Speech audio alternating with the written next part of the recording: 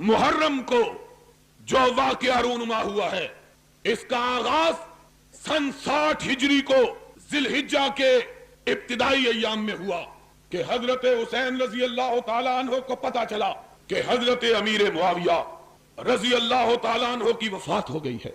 वो अमीर मुआविया जिसकी बैत खुद हुसैन ने कर रखी थी। सुना जरा बात, आज इंशाअल्लाह मसला समझा के जाऊंगा।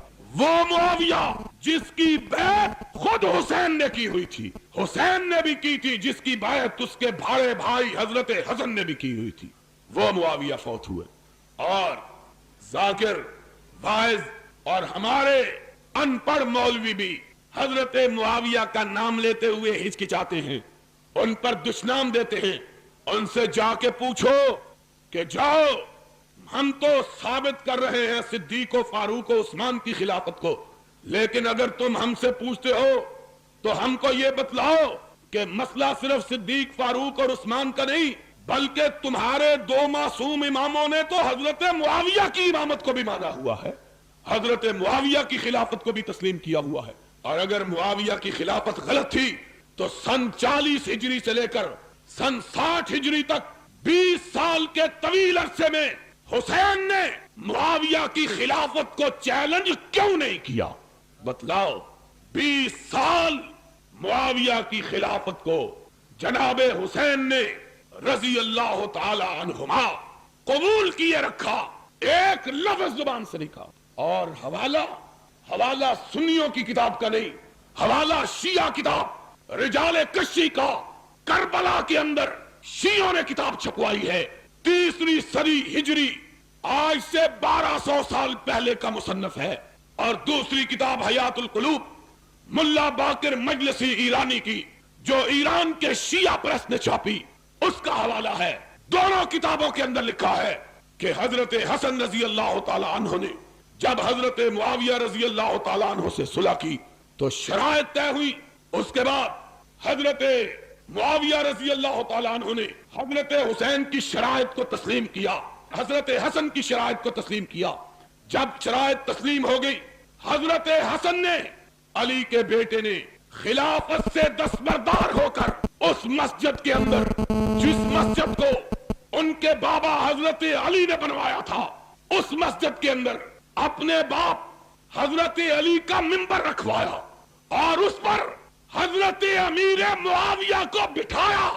खुद नीचे बैठे, मुआविया को ऊपर बिठाया। कहा, कायनात के लोगों सुन लो, आज रसूल का नवासा अली का बेटा खिलाफत से दस्तबरदार होकर अपना खलीफा अमीर मुआविया को मान रहा है। ये हजरत हसन रजी अल्लाह ताला अन्हु ने किया। जाओ, ये तुम्हारी दोनों किताबों का हवाला। खुद अकेले नहीं आए, हुसैन को साथ लेके आए, हुसैन को साथ लेके आए। अपनी फौजों का कमांडर कैस इब्न साद इब्न उबादा, वो भी साथ है। कहा, अमीर मुआविया रजी अल्लाह ताला अन्हु मेरा इमाम है। फिर हुसैन की तरफ देखा, उस हुसैन की तरफ जिनका नामे नामी इसमें गिरामी लेकर तुम सिद्दीक और फारूक पे कीचड़ उछालते हो, उस हुसैन की तरफ देखा। कहा, कम वबाये हुसैन उठो, मैंने मुआविया की इमामत को माना है, तुम भी मुआविया के हाथ पे बैठ करके इसको अपना इमाम मानो। हजरत हुसैन उठे, हसन के बाद हजरत अमीर मुआविया की बैत की। फिर अपने कमांडर इन चीफ को हुक्म दिया, उठो मुआविया की बैत करो।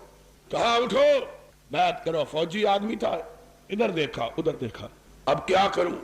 हजरत हुसैन की तरफ देखता। तेरी किताब का हवाला, मैं कहा करता हूं, उन्हीं की महफिल सवारता हूं, चिराग मेरा है रात उनकी, उन्हीं के मतलब की कह रहा हूं, जुबान मेरी है बात उनकी। जाओ, अगर कोई शिया दोस्त खड़ा है, उसे काबे के रब की कसम है, दुनिया के किसी जाकिर से पूछे, अगर कोई माँ का लाल इस हवाले को गलत साबित करे, लाहौर में बैठ कर कहता हूं, अपनी इस मस्जिद में बैठ कर कहता हूं, मुंह मांगा इनाम दूंगा। और अगर हवाला सच्चा या अपनी किताब को आग लगा दे या अपने बातिल अकीदे को आग लगा दे, एक बात को मान, या अपना अकीदा छोड़ दे یا اپنی کتابوں کو چھوڑ دے. تیری کتابوں کے اندر لکھا ہے کہ قیس ابن سعد ابن عبادہ نے حسین کی طرف دیکھا. کیا کروں؟ معاویہ کھڑا ہے سامنے جس کے خلاف جنگیں لڑتا رہا ہوں. آج اس کے ہاتھ پہ کیسے بیعت کروں؟ حسین کی طرف دیکھا. حسین نے پلٹ کے جواب دیا تیری کتاب کا والا. قم فبایع فإنہ امامی. اٹھا کیس، میری طرف کیا دیکھ رہے ہو؟ اور جس کے ہاتھ پہ حسن و حسین نے بیعت کی وہ پوری کائنات کا امام ہے. دنیا کا کوئی شخص اس کی امامت کو مانے بغیر رہ سکتا نہیں. قم فبایع فإنہ امامی. اور جس کو تیرے دو معصوم اماموں نے امام مانا ہے تو اس کا انکار کرنے کی جرات کیسے کرتا ہے؟ ان کے خلاف کیسے بات کرتا ہے؟ یا سیدھی طرح بات کہہ کہ تجھ کو اس بات کا علم ہے جس کو تیرے اماموں کا علم نہیں تھا، اور تو یا کہہ کہ تو حق پر ہے اور تیرے امام حق پر نہیں تھے. معاذ اللہ. پھر وہ عقیدہ عصمت کا باقی رہتا. عقیدہ امامت کے لیے یہ ہے کہ امام وہ ہوتا ہے جس سے کوئی غلطی ہو سکتی. تو ہے ایک بھی امام نہیں. کتنے امام؟ ایک حسن اور دوسرا، دونوں نے بیعت کی. تو بات یہ کہہ رہا تھا سن 60 ہجری میں، اور باتیں بتلاؤں تو پھر سن لو. آج تعلق کا عالم یہ تھا.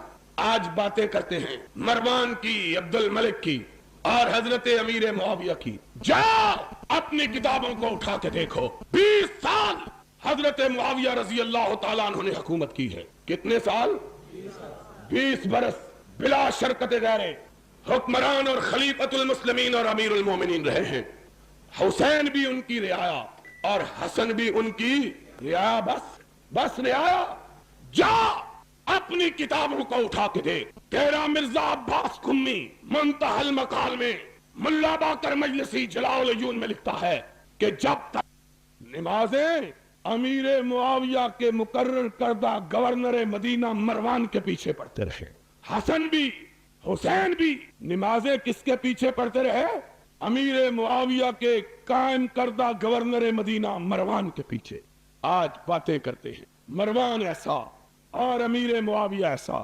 اگر امیر معاویہ ایسا ہوتے تو حسن اور حسین کو امیر معاویہ سے وظیفہ لینے کی ضرورت نہ تھی، اس کو جائز نہ سمجھتے اور ان کے خلاف جہاد کرتے، خروج کرتے، باہر نکلتے، تلوار بے نعم کرتے. 20 سال کے طویل عرصے میں ایک دفعہ، 20 سال کے طویل عرصے میں ایک دفعہ بھی حضرت امیر معاویہ کے خلاف زبان شکوہ کو حرکت.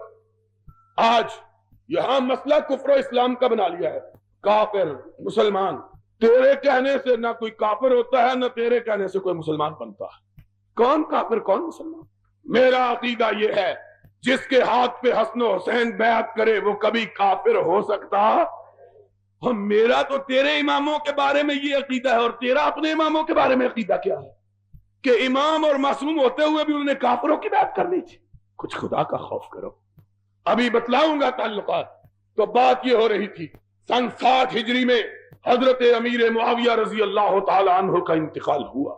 40 ہجری میں حضرت حسن رضی اللہ تعالی عنہ ان کے ہاتھ پر بیعت کر کے خلافت سے دستبردار ہوئے، اور 20 سال حضرت معاویہ نے بلا شرکت غیر حکومت کی. کسی نے ان کی خلافت اور امامت کے خلاف کبھی زبان شکوہ کو حرکت